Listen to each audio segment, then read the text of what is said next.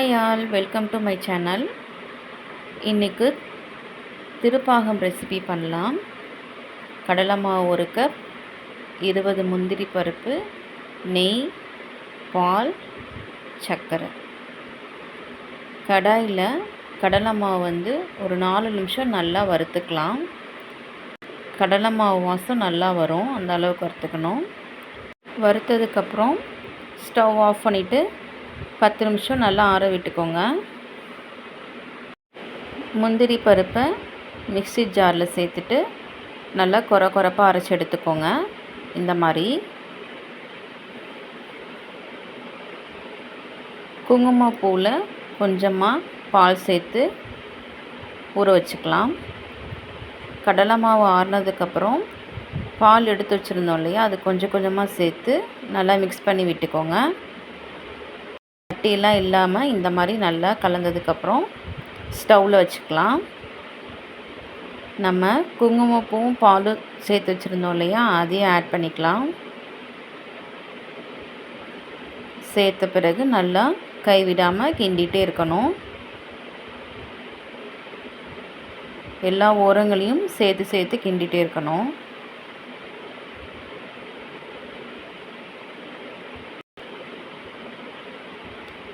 கொஞ்சம் கெட்டியானதுக்கப்புறம் சர்க்கரை கொஞ்சம் கொஞ்சமாக சேர்த்து மிக்ஸ் பண்ணி விட்டுறணும். சர்க்கரை சேர்க்கும் போது கொஞ்சம் கடலை மாவு தண்ணி விட்ட மாதிரி தான் வரும். நல்லா சர்க்கரை சேர்த்து மிக்ஸ் பண்ணதுக்கப்புறம் முந்திரி பொடி பண்ணி வச்சுருந்தோம் இல்லையா, அதை சேர்த்து நல்லா மிக்ஸ் பண்ணிக்கோங்க. மிக்ஸ் பண்ணதுக்கப்புறம் கொஞ்சம் கெட்டி ஆகிடும். இதுக்கப்புறம் ஒரு ஸ்பூனாக நெய் சேர்த்து நல்லா மிக்ஸ் பண்ணணும். ஃபஸ்ட்டு நம்ம ஊற்றுற நெய் எல்லாமே மாவில் உள்ளே போயிடும். ட்ரையாக தான் இருக்கும் மாவு. ஒரு 2 நிமிஷம் 3 நிமிஷம் இந்த மாதிரி ஒரு ஸ்பூனாக விட்டு கிண்டிகிட்டே இருக்கும் போது நல்லா பாத்திரத்தில் ஒட்டாமல் நல்லா அழகாக வரும். இந்த மாதிரி நெய் வெளியில் பிரிஞ்சு வந்ததுக்கப்புறம் பாத்திரத்தில் ஒட்டாது, இப்படி தான் இருக்கும். பாத்திரத்தில் ஒட்டாமல் வந்துச்சுன்னா திருப்பாகம் ரெடின்னு அர்த்தம். இதை ஒரு பவுலுக்கு ட்ரான்ஸ்ஃபர் பண்ணிக்கலாம்.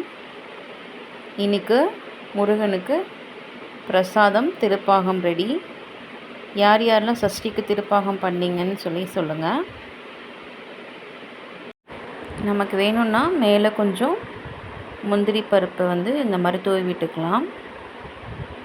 இந்த வீடியோ பிடிச்சிருந்துச்சா என் சேனலை சப்ஸ்கிரைப் பண்ணிக்கோங்க, லைக் பண்ணுங்கள். Thank you. See you on next video.